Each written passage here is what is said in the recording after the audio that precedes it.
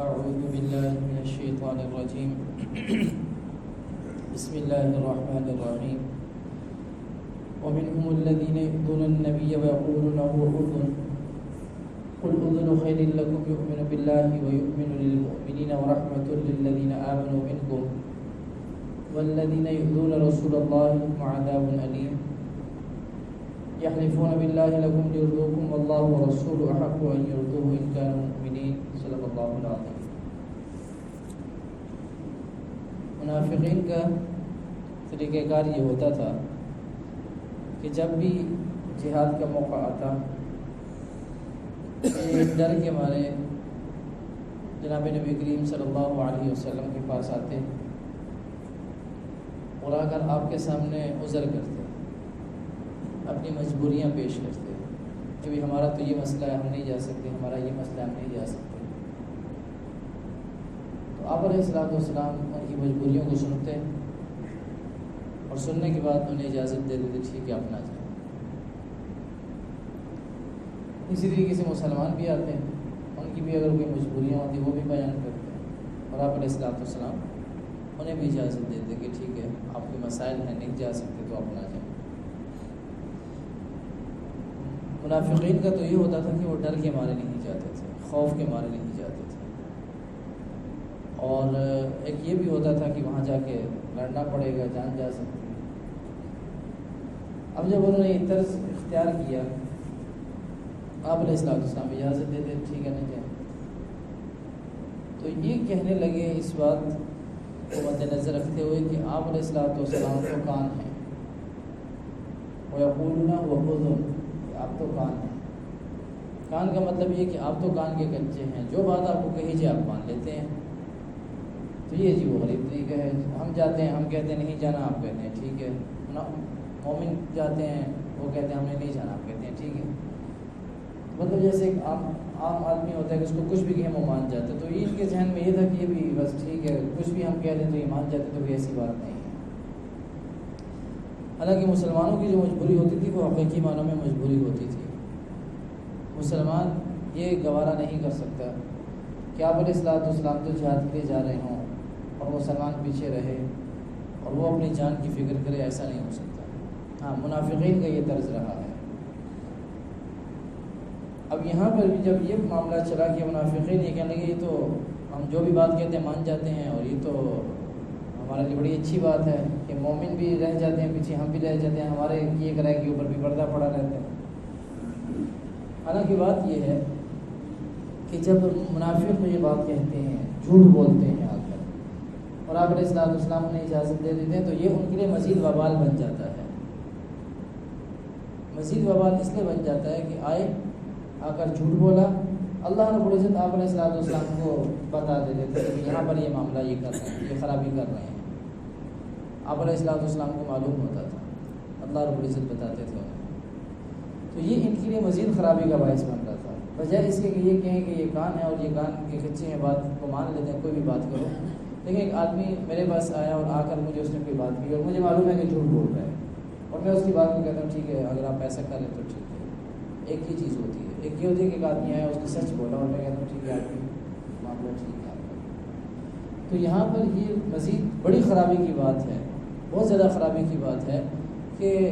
آئے ہیں، جھوٹ بولا ہے، اس کے اوپر یہ سمجھ رہے ہیں کہ آپ علیہ الصلوۃ والسلام نے اعتماد کر دیا اور اجازت دے دی ہے، یہ زیادہ خرابی کی بات ہے۔ تو یہ ان کے لیے یہ آگے اللہ رب العزت کہتے ہیں کہ یہ بات نہ کہو۔ مومنوں کے لیے تو یہ بات خیر کی ہے کہ آپ علیہ الصلوۃ والسلام نے اجازت دے رہے ہیں، لیکن آپ کے لیے یہ بات وبال کی ہے کہ آپ کو اجازت مل رہی ہے، جھوٹ بول کے آپ کے پیچھے رہ رہے ہیں اور اس اعتماد کے ساتھ جھوٹ بول رہے ہیں کہ آپ علیہ الصلوۃ والسلام آپ کی اس بات کو سچ سمجھ رہے ہیں، تو ایسا نہیں ہے۔ اور اس بات کے اوپر میں خوف اور ڈر بھی رہتا تھا، یہ نہیں کہ یہ بے فکر ہو جاتے تھے، کیونکہ اللہ رب العزت ان کی منافقت کو سال میں 1-2 مرتبہ ظاہر کرتے تھے، ان کو ذلیل کرتے تھے، پھر بھی اس بات کا خوف اور ڈر بھی رہتا تھا کہ پتہ نہیں ہماری بات ظاہر نہ ہو جائے، ہماری بات سامنے نہ آ جائے اور ہمارا یہ پول کھل نہ جائے کہ بھئی ہم نے تو جھوٹ بولا تھا، اور منافقت کو اللہ رب العزت کہیں ظاہر نہ کر دیں۔ پھر یہ قسمیں بھی اٹھاتے تھے،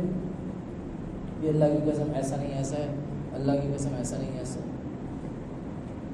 اور جب اللہ کی قسم اٹھائی جائے تو اللہ کی قسم کے اوپر اعتماد کرنا یہ مسلمان کے لیے کسی حد تک ضروری ہوتا ہے۔ اللہ کی قسم اٹھا، کیونکہ مسلمان اللہ کے نام کی بڑی تعظیم کرتا ہے۔ مسلمان کے دل میں اور اس کے دماغ میں اللہ کے نام کی بہت زیادہ قدر و منزلت ہے، اور مسلمان اس لیے اللہ کی قسم کے اوپر اعتماد کرتا ہے۔ حضرت موسیٰ علیہ السلام کا واقعہ آتا ہے کہ ان کے سامنے ایک بندے نے چوری کی، آنکھوں سے دیکھ رہے ہیں کہ چوری کی ہے اس نے، اور جب پکڑا گیا بات ہوئی تو اس نے کہا اللہ کی قسم میں نے چوری نہیں کی، اللہ کی قسم اٹھا لی اس نے۔ حضرت موسیٰ علیہ السلام نے چھوڑ دیا، ٹھیک ہے، اپنے آنکھوں دیکھے کو جھٹلا دیا، صرف اس بنیاد کے اوپر کہ اس نے اللہ کی قسم اٹھائی ہے۔ اور اللہ کے نام کی تعظیم مسلمان کرتا ہے، ایمان والا اللہ کے نام کی تعظیم کرتا ہے، اور ان کا ٹھیک ہے آنکھوں دیکھے آپ کو جھٹلا دیا۔ تو یہ بھی اگر جب اللہ کی قسمیں کھاتے تھے تو مسلمان اعتماد کرتے تھے، کہتے تھے ٹھیک ہے، حالانکہ پتہ تھا منافق ہے، گڑبڑ کر رہا ہے، اور گڑبڑ اس حد تک چلے جاتے تھے جب جہاد کا ماحول بنتا، جنگ کا ماحول بنتا، تو یہ مسلمانوں کے دلوں میں طرح طرح کے وسوسے ڈالتے۔ اب یہاں پر یہ غزوہ تبوک کے حوالے سے گفتگو ہو رہی ہے، رومیوں کے ساتھ ٹکر لے گئی مسلمانوں، اور روم اس وقت اس کی سپر پاور، جیسے آج بڑے بڑے ملک سپر پاور کہلاتے ہیں ان کو، اس طریقے سے روم سپر پاور، اور مسلمانوں کے پاس کوئی جدید اسلحہ نہیں، کوئی جدید فوج نہیں، کوئی ایسے تربیت یافتہ لوگ نہیں جیسے ان لوگوں کے پاس۔ تو یہ انہیں کہتے بھی کیا کر رہے ہو، کہاں تم لوگ ایک تو بھوکے ننگے، اور تلواروں کے ڈھانپنے کے لیے تمہارے پاس تلواروں کو چھپانے کے لیے کوئی چیز نہیں، اور ٹکڑوں کے ساتھ تو تم نے تلواریں چھپائی نہیں ہیں، اور چلے ہو روم کا مقابلہ کرنے کے لیے۔ یہ کیا کر رہے ہو، یہ تو بڑا مشکل کام ہے، لہٰذا ہم تو نہیں جا رہے، تم نے مرنا ہے تو جاؤ جا کے مرو۔ اب اس طرح کی گفتگو، اس سنجیدہ ماحول کے اندر ایسی بےہودہ قسم کی گفتگو، یہ تو مسلمانوں کے حوصلے پست کرنے والی بات تھی، اور مسلمانوں کو بھی اس ماحول سے خراب کرنے والی بات تھی کہ جو ایک ماحول جہاد کا بنا ہوا ہے۔ تو آپ علیہ السلام پوچھتے ہیں صحابی کیا بات ہے، یہ بات کی ہے تم نے؟ نہیں، اللہ کی قسم ہم نے نہیں کی، ہم تو مذاق کر رہے تھے۔ تو بھائی آپ علیہ السلام کو پتہ ہے مذاق کا ماحول نہیں ہے، سنجیدہ ماحول بنا ہوا ہے۔ تو اللہ کے نام کی قسم بہرحال جو ہے، یہ قسم کے حوالے سے بات سمجھ لیں کہ ایک اللہ کے نام کی قسم، یہ اللہ کی جو صفات ہیں ان کی قسم بندہ اٹھا سکتا ہے۔ یہ بڑا حساس معاملہ ہے، بعض اوقات انسان قسم اٹھاتا ہے شرک کے اندر مبتلا ہو جاتا ہے، ایسے الفاظ زبان سے بول دیتا ہے۔ تو قسم کے اعتبار سے صرف اور صرف اللہ کے نام کی قسم، اور یہ مسلمان جب اللہ کے نام کی قسم اٹھائے گا تو یقیناً وہ سچی اٹھائے گا، کیونکہ وہ اللہ کے نام کی تعظیم کرتا ہے، اللہ کو گواہ بنا کے جھوٹ نہیں بولے گا، یا اللہ کی صفات کی جو ہیں ان کی قسم اٹھائی جا سکتی ہے، اس کے علاوہ تیسری کسی چیز کی قسم نہیں اٹھائی جا سکتی۔ میری ماں کی قسم، میرے فلانے کی قسم، میرے فلاں کی، بالکل نہیں، یہ شرکیہ قسمیں ہیں، ان کا کوئی اعتبار نہیں ہے۔ تو فرمایا وَمِنْهُمُ الَّذِينَ يُؤْذُونَ النَّبِيَّ، اور بعض ان میں بدگوئی کرتے ہیں نبی کی، وَيَقُولُونَ هُوَ أُذُنٌ، اور کہتے ہیں کہ یہ شخص تو کان ہے، مطلب کان کا کچھ ہے، جو بات کو مان جاتا ہے۔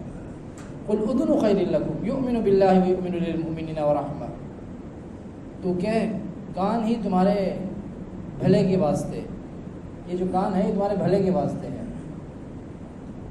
یقین رکھتا ہے اللہ پر اور یقین کرتا ہے مسلمانوں کی بات کا، یہ مسلمانوں کی بات کا یقین کرتا ہے۔ تمہارے بارے میں تو اللہ بتا دیتے ہیں تم فراڈ کر رہے ہو، جھوٹ بول رہے ہو، منافق لوگ ہوتے ہیں۔ وَرَحْمَةٌ لِّلَّذِينَ آمَنُوا مِنْكُمْ، اور رحمت ہے ایمان والوں کے حق میں تم میں سے، تمہارے حق میں تو رحمت نہیں بنے گا، یہ بات جو تم آگے فراڈ کر کے کہہ کے جاتے ہو یہ تمہارے حق میں رحمت نہیں، ہاں مومنوں کے حق میں تو ان کی بات رحمت ہے کہ مومن آگے سچ بولتے ہیں۔ وَالَّذِينَ يُؤْذُونَ رَسُولَ اللَّهِ لَهُمْ عَذَابٌ أَلِيمٌ، اور یہ باتیں کر کے کہ وہ کان ہیں اور اس طرح کی بدگوئی کرتے ہو، آپ علیہ السلام کو تکلیف پہنچاتے ہو، اور یہ جو آپ علیہ السلام کو تکلیف پہنچانا ہے یہ تو عذاب کا باعث ہے۔ آپ علیہ السلام کو تکلیف پہنچانا یہ تو بہت بڑے عذاب کا باعث بنے گا تمہارے لیے، بڑی مصیبت کا باعث بنے گا تمہارے لیے۔ والذین یؤذون رسول اللہ لهم عذاب علیم، اور جو لوگ بدگوئی کرتے ہیں اللہ کے رسول کی ان کے لیے عذاب ہے دردناک، سخت قسم کا عذاب ہے ان کے لیے۔ آپ علیہ السلام کے حوالے سے کسی قسم کی کوئی بات دل و دماغ کے اندر آ جانا جو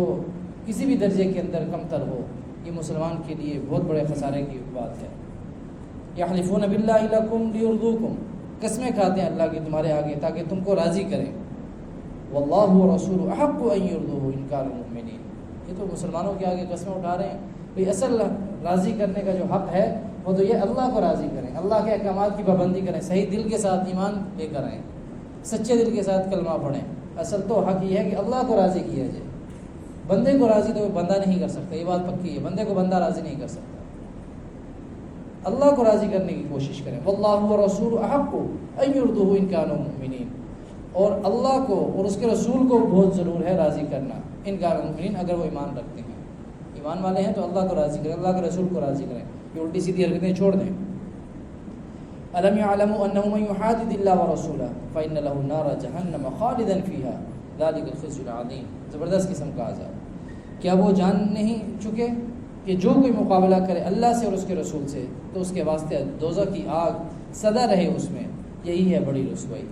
کہ جو اللہ کے ساتھ مقابلہ کرے، اللہ کے رسول کے ساتھ ان کی بدگوئی کر کے، ان کو تکلیف پہنچا کے، تو اللہ رب العزت فرماتے ہیں جو اللہ اور اس کے رسول کے ساتھ اس طرح کی حرکتیں کرے گا اس کو زبردست قسم کا عذاب ہوگا، سخت قسم کی سزا دیں گے، اور یہ سزا ایسی نہیں کہ ختم ہو جائے گی، یہ ہمیشہ ہمیشہ کی سزا رہے گی، مستقل اس سزا کا مزہ چکھیں۔ سن کیا